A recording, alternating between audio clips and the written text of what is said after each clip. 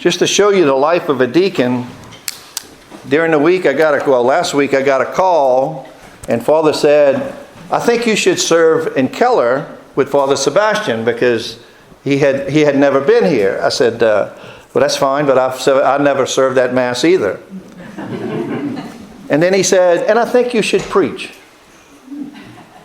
So I got here today and he said, oh, by the way, we're not using the same readings.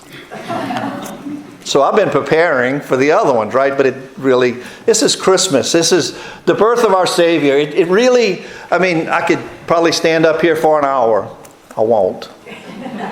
But I could probably stand up here for an hour and talk about the birth of Christ. But one thing that we have to remember is that we're not celebrating Christ's birthday. We're celebrating the birth of Christ. I know it's all the same words, but the meaning is completely different. Can you imagine how many candles would be on that cake? But we come to celebrate the birth of our Savior. And the reason why we do this is because God loved us so much that He gave us His only Son. That He sent His Son. You got to remember, you see, there's a lot of things that go on. Well, you see, God stepped out of time, out of eternity, and into time, so that He could lead us back to eternity. I don't know if anybody's ever thought about it that way. But to me, that's just one of the biggest things that rolls around in my little head that says, well, this is really hard for me sometimes to understand. Why would God love us so much and know how we are? He knows our sinful nature. It all started with Adam. But when Adam did what he did, God started a plan to bring us back. And it took thousands of years. It took a long time. And the prophecies and all of those things, the Jews were all waiting on the Savior. Some of them still are. But we know that He came. So every year we get together, we celebrate Christmas. And I said it this past weekend, one thing you got to remember is Christmas, tomorrow is the first day of Christmas. It's not the last.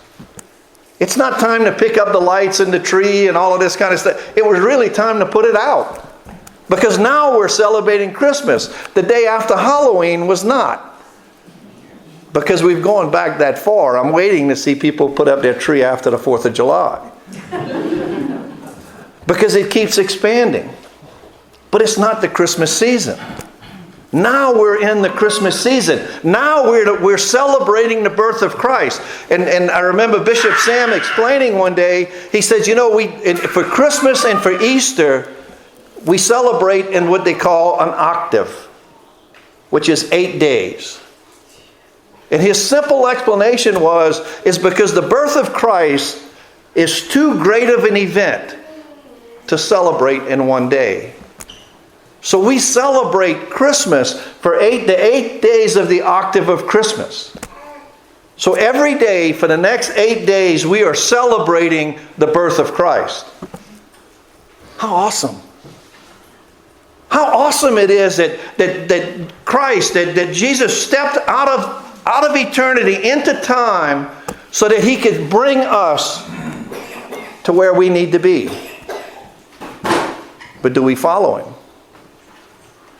Do we listen to what He's telling us throughout all of the Scriptures? Do we listen to the prophecies that foretold Him coming so that we know that He is the one? Because there's a lot of people that claimed that they were the one. But Jesus proved it. Time after time. And He was rejected for it. And He was crucified for it.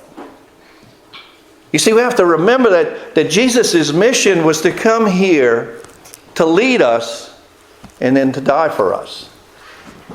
And I know that's not what y'all want to hear on Christmas, right? But it's part of the message, right? It's part of his journey. There was a good friend of mine who was a priest that told me one day, he said, if we can't see the wood of the cross in the wood of the cradle, then we really don't understand the message. Then we really don't understand Jesus' mission in our lives.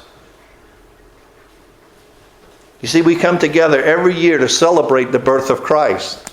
We come together every year and we gather with family and friends, and we exchange gifts. But sometimes I think we've lost the true meaning of who Jesus Christ is, of who He is in our life. And I can't describe Him for you. You have to find Him for yourself, to understand who He is and what He wants to be and how much of a part of your life He wants to be. That's the Jesus Christ that's born on Christmas. That's the Jesus Christ that comes into the world as a little baby, so that He can save us. This week I watched a video, and I didn't share it anywhere on purpose because I already knew I was talking today, so I wanted to be able to share it today. And it's a guy, I've seen a bunch of his stuff, and he's one of the skit guys. I don't know if you've ever seen the skit guys. It's a little religious group, and they do some really funny stuff. But he's just sitting down by himself. And I think the video is called The Skinny of Christmas. And he said that, I think 2001, they had a little boy, they had a baby, a little boy. And his church asked if his son could be part of the nativity play. And they said, yeah, it was an honor for him. And he said, there he is, he's sitting in the first pew. And he's getting ready to watch everything go on, and the play's going on. And he said, all of a sudden, this teenage girl walks in holding his son. And he said, all of a sudden, it hit him. This is what God felt like. God entrusted His son to this teenage girl. And he said God was able to know where He was going. And he said, thank God that He was willing to surrender His son for us. Because I think the majority of us could never surrender our sons for anybody else. See, the world would be in trouble if God was depending on me to do that for the world. Because I don't think I could make that sacrifice. And that's what He was saying. That He knows He couldn't make that sacrifice that God made for us. So you see, when we go around and we tell everyone Merry Christmas, make sure that we know who we're greeting them with. And make sure that we know that we are sharing the love of God for all mankind. And He did that even knowing that we were sinners.